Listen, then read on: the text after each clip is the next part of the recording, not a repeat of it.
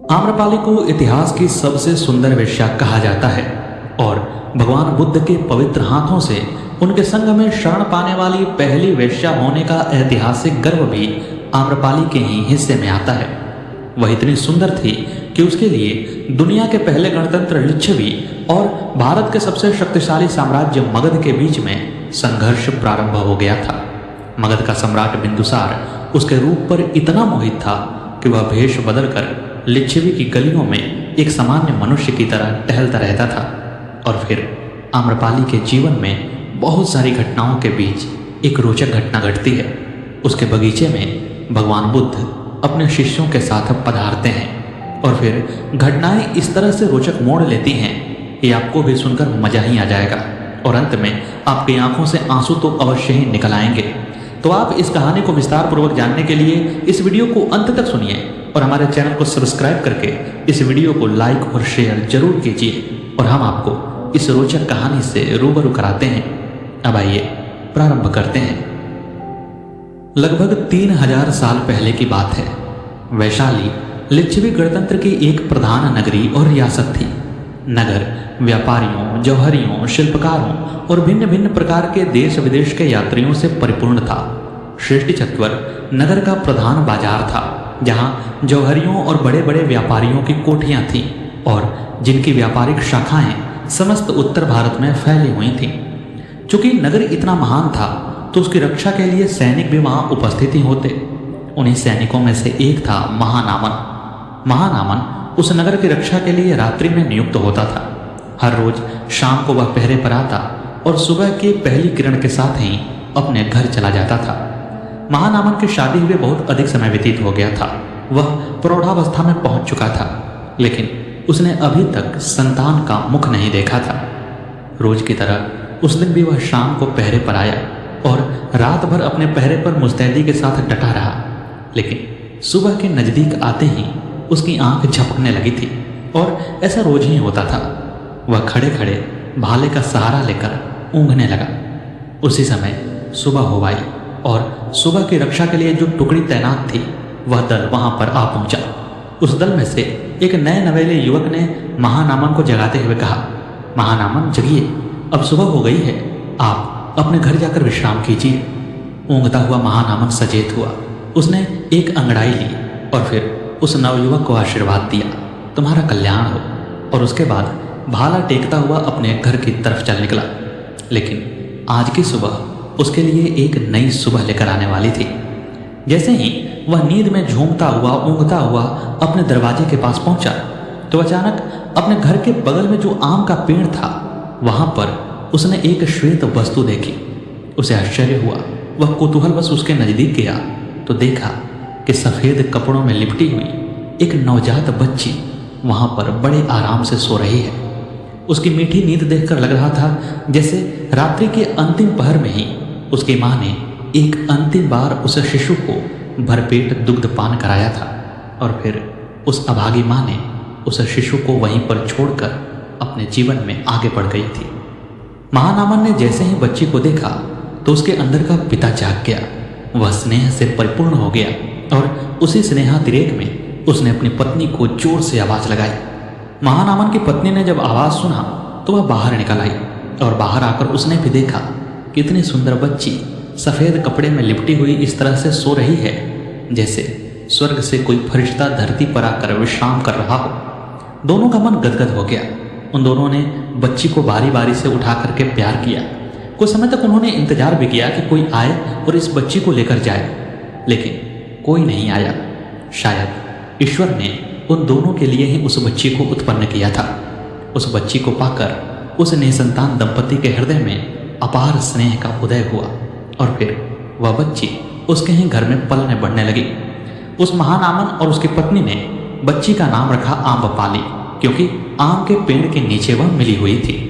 धीरे धीरे समय अपनी रफ्तार से चलता हुआ दशक पार कर गया। वैशाली से उत्तर पश्चिम 25 कोस पर एक छोटे से गांव में एक किनारे पर साधारण सा घर था। उसके द्वार पर एक वृद्ध प्रातःकाल बैठा दातुन कर रहा था।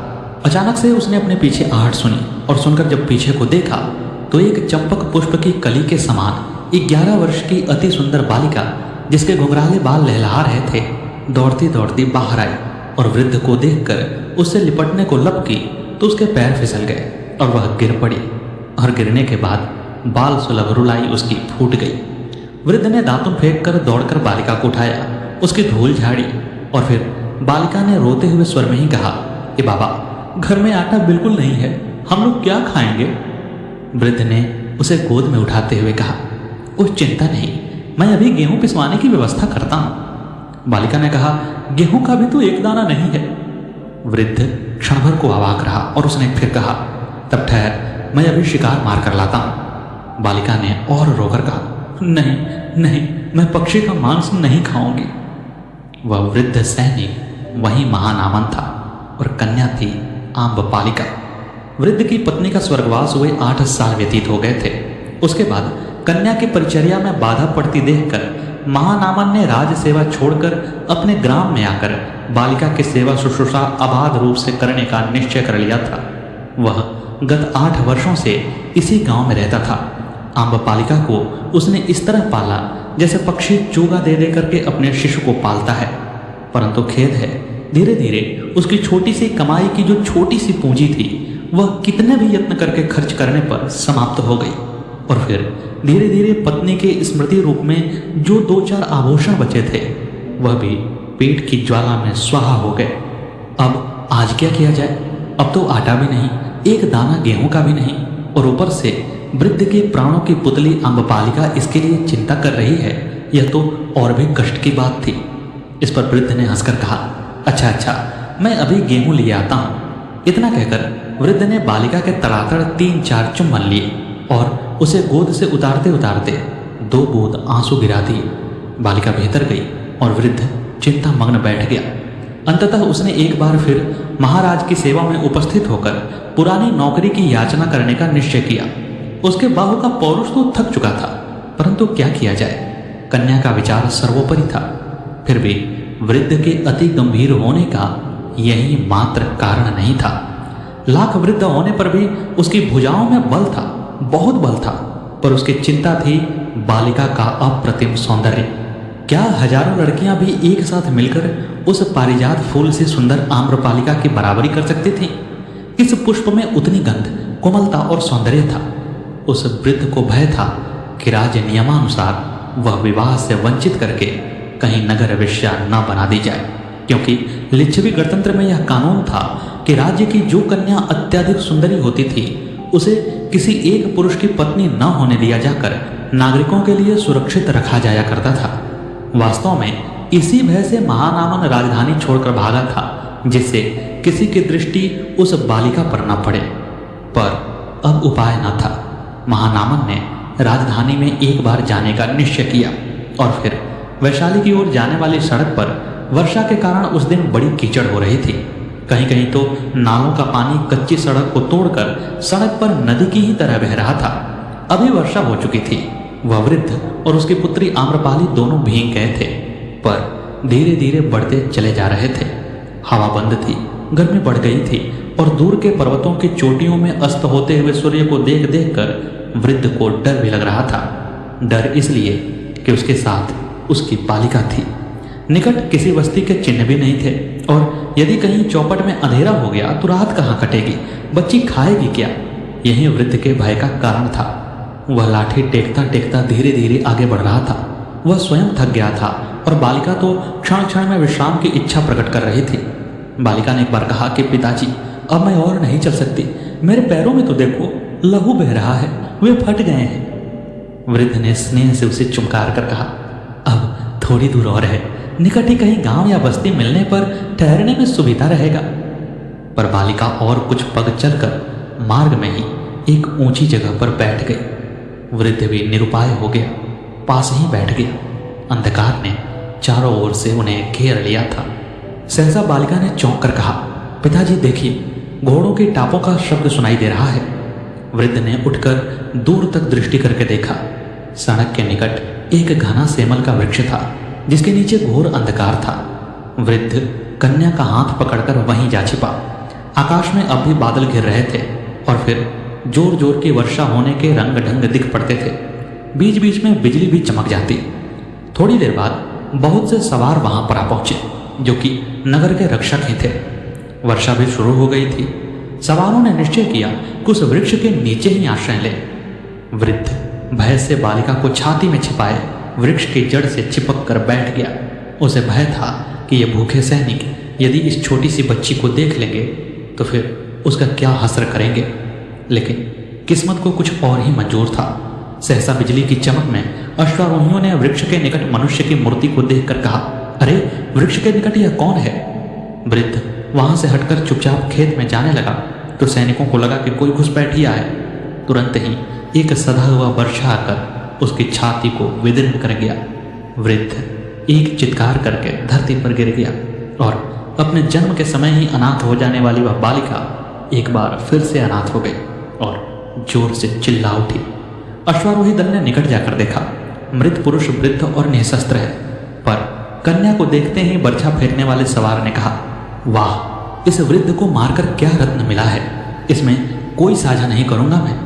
लेकिन अन्य अश्वारोहियों ने देखा कि इतनी सुंदर बालिका किसी एक के हत्थे लग जाएगी तो उन्होंने तुरंत ही लिच्छवी के राजतंत्र के नियम को याद दिलाया और कहा कि यह बहुत सुंदर लड़की है, पहले इसे लिच्छवी गणराज्य में पेश किया जाएगा और यदि वहां पर इसे वेश्या बनाने की अनुमति नहीं दी गई तो फिर तुम इससे विवाह कर लेना।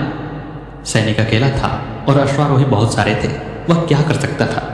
अंततः आम्रपाली के भविष्य का निर्णय लिच्छवी गणराज्य की सभा में होना तय हुआ। मात्र 11-12 वर्ष की आम्रपाली अपनी सुंदरता के कारण लिच्छवी गणराज्य के लोगों की आंखों में चढ़ गई और फिर वही हुआ जिसका कि महानामन को उसके जन्म के समय से ही डर लगा रहता था। उस लड़की को, आम्रपाली को, उसकी सुंदरता के चलते नगर वेश्या बना दिया गया और वैशाली गणराज्य ने राज्य परिषद की ओर से उसके 16 वर्ष तक हो जाने के समय तक उसकी देखरेख करने का निर्णय लिया। नगर वधू जो होती थी वह सामान्य वेश्या नहीं होती थी, उसका बहुत ऊंचा कद होता था। उसके पास देश विदेश के बड़े बड़े लोग आते थे। उसकी चर्चा चारों तरफ होती थी। वह नृत्य में, गाने में और सुंदरता में हर कुछ में बढ़ी चढ़ी होती थी। आम्रपाली की भी शिक्षा प्रशिक्षा प्रारंभ हो गई और आम्रपाली के धन वैभव का तो कहना ही नहीं था, क्योंकि जैसे ही कोई नगर वेश्या बनती तो नगर के सृष्टियों का सारा धन एक तरह से उसका ही होता था। आम्रपाली धीरे धीरे 16 वर्ष की अवस्था में आते आते नगर वेश्या बनने के सभी गुणों में परिपूर्ण हो गई और फिर समय अपनी गति से चलने लगा। वैशाली का जो सृष्टि चत्वर नामक वैभवशाली बाजार था, वहीं पर आम्रपाली का महल था। 7 आंगनों से बना हुआ वह महल इतना विशाल था कि उसमें 10 से 15,000 लोगों को भी बैठाकर भोजन कराया जा सकता था। वह इतना सुंदर और इतना विशाल था कि वैशाली गणराज्य के जो गण प्रमुख थे उनके महल भी उसके सामने बौने प्रतीत होते थे और आम्रपाली की धन संपदा तो कहने की ही बात नहीं थी। धीरे धीरे आम्रपाली अपने उम्र के 20वें बसंत को पार कर गई। उसकी सुंदरता लिच्छवी गणराज्य की गलियों से निकलकर देश विदेश में फैलने लगी थी। सभी लोग उसकी सुंदरता के चर्चे सुनकर उसके पास आते और वह भी मुक्त कंठ से सभी की अभ्यर्थना करती। लेकिन उसके पास आने के लिए जो धन लगता था वह आम मनुष्यों को देने में नहीं आ सकता था और इसीलिए आम्रपाली उनके लिए केवल देखने की वस्तु थी। जब भी आम्रपाली लिच्छवी गणराज्य की गलियों में निकलती तो लोग अपने घरों के ऊपर खड़े होकर के, गलियों में खड़े होकर के उसका अभिवादन करते, उसकी एक झलक को लालायित रहते थे। और फिर धीरे धीरे उसकी सुंदरता की चर्चा उस समय के भारत के सबसे शक्तिशाली साम्राज्य मगध के सम्राट बिंबिसार के पास भी पहुंची। बिंबिसार मगध का सम्राट था और वैशाली मगध से सटा हुआ ही एक गणराज्य था, लेकिन फिर भी वैशाली में स्वाभिमानी लोगों की कमी नहीं थी और इसीलिए वहां पर कोई राजा नहीं पनप सकता था। बिंबिसार पहले अपने अभिमान से भरा हुआ आम्रपाली को पाने के लिए वैशाली पर चढ़ाई करने का सोचता है। उसने वैशाली के गणराज्य को यह पत्र लिखा कि तुम लोग आम्रपाली को मेरे पास पहुंचा दो, अन्यथा युद्ध के लिए तैयार रहो। बात केवल आम्रपाली की नहीं थी, बात स्वाभिमान की थी और इसीलिए लिच्छवी गणराज्य ने मगध के उस शक्तिशाली सम्राट को यह संदेशा भेजा कि आप वैशाली की सबसे महान चीज मांग रहे हैं। आम्रपाली वैशाली का गर्व है और उसे देखकर हम अपने गर्व को छोटा नहीं कर सकते हैं। यह उत्तर क्या था बल्कि आग में पड़ी हुई घी की आहुति थी। बिंदुसार का क्रोध अपने उफान पर आ गया और वह अपनी सेना के साथ वैशाली को चारों तरफ से घेरने के लिए निकल पड़ा। वैशाली में भी स्वाभिमानी प्राण देने वालों की कमी नहीं थी। तुरंत ही वैशाली के युवक और वैशाली के सेनागण एक साथ हुए और अपने देश की रक्षा के लिए वे भी सीमाओं पर एकत्र हो गए। युद्ध अस्वयंभावी ही था। उसी समय वैशाली में बिंदुसार के एक गुप्तचर ने आम्रपाली से बिंदुसार के मिलने की व्यवस्था कराई। उसने बिंदुसार को कहा कि एक बार आप आम्रपाली को देख तो लीजिए, उसके बाद आप युद्ध कीजिएगा। कहीं ऐसा ना हो कि आप युद्ध करें और आम्रपाली को देखें तो जितना आपने सुना है उतना वह सुंदर न हो, फिर तो इस युद्ध का कोई मतलब नहीं बनेगा। बिंदुसार को गुप्तचर की बात पसंद आ गई। गुप्तचर आम्रपाली से भी मिल चुका था और आम्रपाली बिंदुसार से मिलने को तैयार हो गई, क्योंकि वह जानती थी कि बिंदुसार की शक्ति के सामने वैशाली कहीं भी नहीं टिक सकता है और अपने लिए वह वैशाली के लोगों का नाश नहीं करवाना चाहती थी। उसने बिंदुसार से मिलने का मन बना लिया। गंगा नदी के आर पार सेनाएं डटी हुई थीं। छोटी मोटी झड़पें भी हो रही थीं, लेकिन अभी तक बड़ा युद्ध प्रारंभ नहीं हुआ था। लगभग 2 महीने का घेराव पूरा हो चुका था। ऐसे में एक दिन उचित समय देख करके गुप्तचर ने बिंबिसार का भेष एक सामान्य युवक का बनाया और फिर गंगा नदी को पार करके लिच्छवी में प्रवेश कर गया। चूंकि गुप्तचर पहले से ही लिच्छवी में था, इसलिए उसने सारे प्रबंध कर रखे थे कि किसी को भी उन पर शक न हो। धीरे धीरे रात के धुंधलके में वे टहलते हुए आम्रपाली के महल के पास पहुंचे। आम्रपाली ने अपने प्रतिहारियों को पहले से ही संकेत कर दिया था कि रात में जो कोई भी आए उसे अंदर आने देना, और पहचान के लिए उसने कुछ चीज़ें भी बता रखी थी। प्रतिहारियों ने जब पहचान को देख करके संतुष्टि पा ली तो उन दोनों को अंदर प्रवेश दे दिया। युद्ध की आशंका से घिरे हुए परिवेश के रात्रि के तीसरे पहर में पहली बार आम्रपाली ने बिंबिसार को देखा और बिंबिसार ने आम्रपाली को देखा। दोनों ही रूप राशि में एक से बढ़कर एक थे। जहाँ एक तरफ भारत का सबसे शक्तिशाली सम्राट था तो दूसरी तरफ अनित्य सुंदरी आम्रपाली। दोनों के मन में एक दूसरे को देखते ही प्रेम की लहरें फूटने लगी। परंतु आम्रपाली के पास एक करने को कर्तव्य भी था, उसे अपने देश की रक्षा भी करनी थी। जैसे ही वे दोनों सहज हुए, आपस में बातें बढ़ने लगी। आम्रपाली ने महाराज से निवेदन किया, महाराज, मैं तो एक दासी हूँ। एक दासी के लिए साम्राज्य के लोगों का खून बहे, यह सही नहीं लगता है। इस पर बिंबिसार ने कहा कि तुम दासी नहीं हो, बल्कि तुम मगध की साम्राज्ञी बनने के योग्य हो। मैं तुम्हें यहाँ से ले जाकर के मगध की साम्राज्ञी बनाऊंगा। आम्रपाली ने कहा, मेरे भाग्य में साम्राज्ञी बनना नहीं है। मैं ऐसा हरगिज नहीं चाहती हूँ कि मैं अनेक लोगों की लाशों पर बैठ करके साम्राज्ञी कही जाऊँ। मैं जहाँ हूँ वहीं ठीक हूँ। महाराज की अनुकंपा मुझे प्राप्त है, यही मेरे लिए बहुत बड़ी बात है। बिंबिसार ने कहा, लेकिन मैं तो तुम्हारे ऊपर मोहित हूँ। इस पर आम्रपाली ने कहा कि यदि आप सचमुच में प्रेम करते हैं तो आप मेरे राज्य को छोड़ दीजिए, इसे जाने दीजिए। बिंबिसार ने कहा कि जो राज्य तुम्हारे जैसी अनित्य सुंदरी को वेश्या बना दे, उसे कोई अधिकार नहीं है कि वह अपने अस्तित्व को बचाए रखे। लेकिन आम्रपाली ने कहा कि इसी राज्य ने मुझे वह पहचान दी जिसके कारण आप आज मेरे सामने खड़े हैं। आप इस राज्य को बख्श दीजिए। अंततः बिंबिसार प्रेम के हाथों विवश हो गया। उसने कहा कि मैं वैशाली को छोड़ दूंगा, लेकिन फिर भी वैशाली वाले लोग मुझे यहाँ आने तो देंगे नहीं, तुमसे मिलने नहीं देंगे, तो मैं क्या करूँ। इस पर आम्रपाली ने कहा कि आप जैसे आज आए हैं वैसे ही आते रहिए और यथा समय मैं भी आपके पास आ जाया करूँगी, क्योंकि आम्रपाली को कोई रोक टोक नहीं थी, वह जहाँ चाहे वहाँ जा सकती थी। बिंबिसार ने आम्रपाली की बात मान ली और फिर सुबह होते ही लोगों ने आश्चर्य के साथ देखा कि मगध की सेना, जो कि आसानी से जीत सकती थी, वह वापस लौट रही है। कोई नहीं जान पाया कि आम्रपाली ने अपने जीवन के कितने बड़े पद को ठुकराकर वैशाली का जीवन बचा लिया था। और फिर उसके बाद आम्रपाली और बिंबिसार की प्रेम कहानी प्रारंभ हो गई। कहते हैं कि बिंबिसार और आम्रपाली के प्रेम के स्वरूप एक पुत्र भी उत्पन्न हुआ था, जिसे कि आम्रपाली ने बिंबिसार को ही सौंप दिया था और उससे वादा लिया था कि आने वाले समय में यही पुत्र आपकी गद्दी का वारिस बने। लेकिन इतिहास में उसकी कहानी कहीं खो सी गई। उस समय आम्रपाली के पास सब कुछ था। मगध का सम्राट उसका प्रेमी था, लिच्छवी लोग उसकी पूरी इज्जत किया करते थे और बड़े बड़े लोग उसकी एक दृष्टि की झलक पाने को लालायित रहते। लेकिन आम्रपाली के मन में शांति नहीं थी। वह पैसे, महल, नौकर, चाकर, दास, दासियां इन सब का भोग करके थक चुकी थी। अब उसे एक शांति चाहिए थी, लेकिन कहीं भी वह शांति उसे मिल रही थी। उसने लाख प्रयास किए, उसने लाख हाथ पांव मारे, पर कहीं भी उसे वह शांति नहीं मिली जिसकी वह तलाश में थी। और फिर भगवान बुद्ध वैशाली में पधारे। भगवान बुद्ध जब वैशाली में पधारे तो उन्होंने ठहरने के लिए आम्रपाली की ही एक बगिया को चुना था। वहां पर अपने शिष्यों के साथ भगवान बुद्ध विराजमान हो गए। आम्रपाली ने जैसे ही यह खबर सुनी, वैसे ही दास दासियों के साथ पूजा पाठ की सामग्री लेकर के वहां पर जा पहुंची। तथागत बुद्ध की अवस्था 80 को पार कर गई थी। एक गौरवर्ण, दीर्घकाय, श्वेतकेश, कृश किंतु बलिष्ठ महापुरुष पद्मासन से शांत मुद्रा में एक सघन वृक्ष की छाया में बैठे थे। 1000 से अधिक शिष्यगण दूर तक मुड़े हुए शीर और पीत वस्त्र धारण करके स्तब्ध से श्रीमुख के प्रत्येक शब्द को हृदय पटल पर लिख रहे थे। आनंद नामक शिष्य ने निवेदन किया, प्रभु, आम्रपालिका आपके दर्शन के लिए आई है। तथागत ने किंचित हास्य से अपने करुण नेत्र ऊपर उठाए। आम्रपालिका धरती में लौट कर कहने लगी, प्रभु, त्राही मां, त्राही मां। भगवान ने कहा, कल्याण हो, कल्याण हो।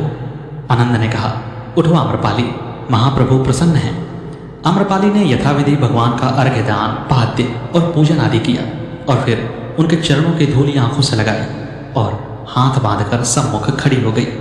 भगवान ने हंसकर कहा, अब और क्या चाहिए आम्रपाली? इस पर आम्रपाली ने कहा, प्रभु, भगवान, इस तुच्छ का आतिथ्य सत्कार स्वीकार करिए। आप हमारी कुटिया में चलकर उसको भी पवित्र करिए। प्रभु ने करुणा के स्वर में कहा, तथास्तु। भिक्षुगण सहस्रकंठ से जयोल्लास से चिल्ला उठे, परंतु उसी समय उनके जयोल्लास को विदीर्ण करता हुआ एक और शोर उठा। भगवान ने पूछा कि आनंद, यह क्या है? इस पर आनंद ने कहा कि प्रभु, लिच्छवी के गणराज्य के जो राज्यपति हैं वे लोग भी आपके आतिथ्य सत्कार के लिए आपको बुलाने आए हैं। तुरंत ही वहां पर राजप्रसाद के लोग आ गए। उन लोगों ने भी भगवान की पूजा अर्चना की, उनकी चरण धूलि को माथे से लगाए और कहा कि आप हमारे यहाँ चल करके कल भोजन ग्रहण कीजिए, अपने शिष्यों के साथ वैशाली के गणों के घरों को कृतार्थ कीजिए। इस पर भगवान बुद्ध ने कहा, लेकिन मैंने तो आम्रपाली के आतिथ्य को स्वीकार कर लिया है और फिर उसके बाद मुझे यहाँ रुकना भी नहीं है। आप आम्रपाली से ही पूछ लीजिए, यदि वह अनुमति दे तो फिर मैं आप लोगों के आतिथ्य को स्वीकार करूं।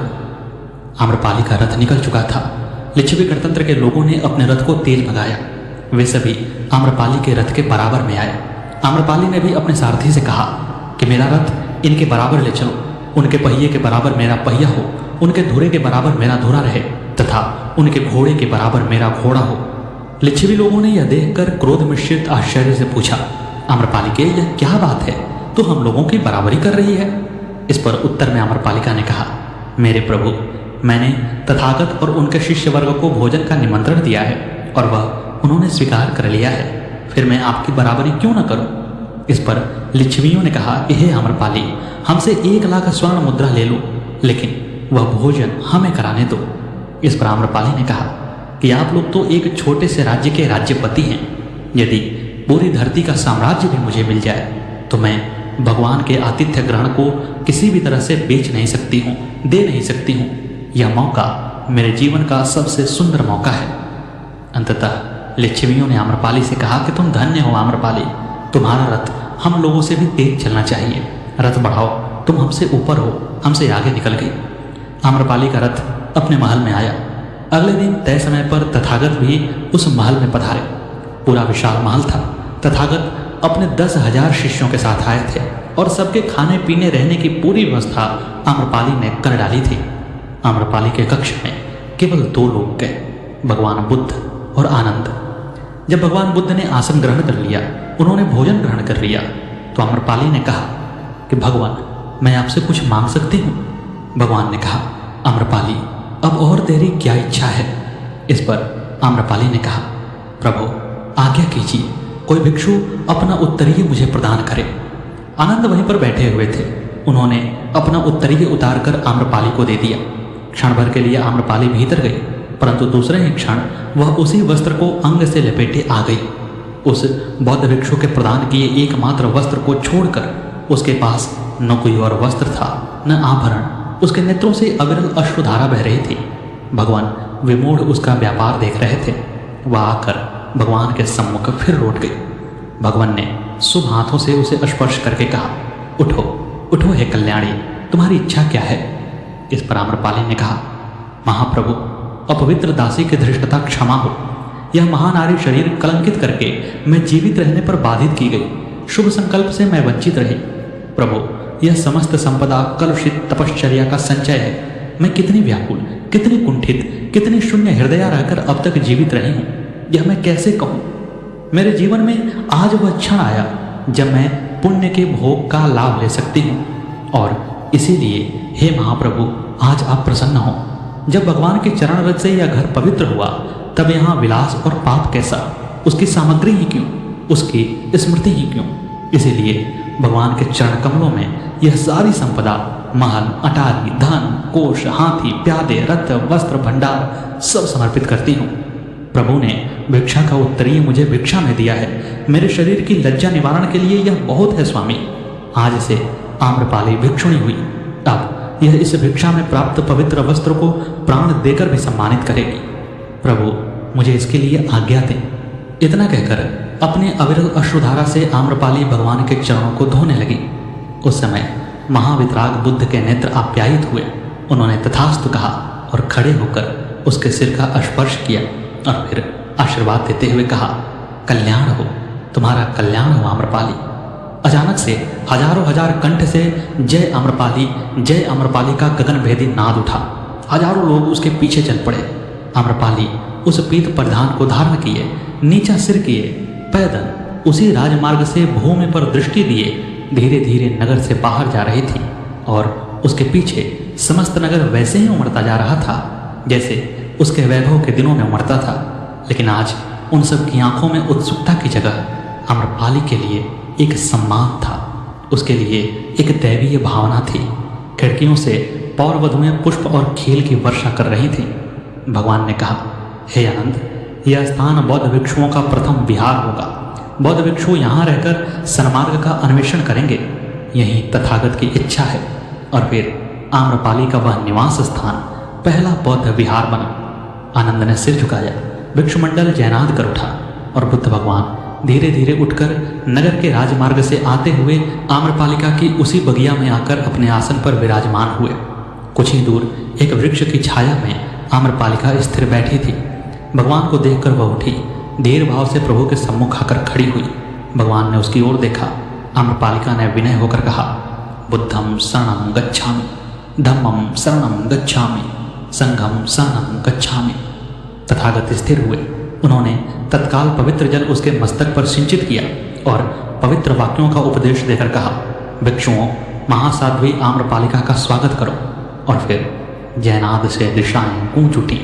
आम्रपालिका ने तथागत तथा अन्य वृद्ध भिक्षुओं को प्रणाम किया और वहां से चली गई। उसके बाद वैशाली के किसी पुरुष ने आम्रपाली को नहीं देखा। तो मित्रों, जो कि आम्रपाली के जीवन पर आधारित थी, उम्मीद है कि आपको यह कहानी पसंद आई होगी। कैसी लगी हमारी प्रस्तुति कमेंट बॉक्स में अवश्य बताइएगा। मिलते हैं अगले वीडियो में अगली पेशकश के साथ। तब तक के लिए नमस्कार।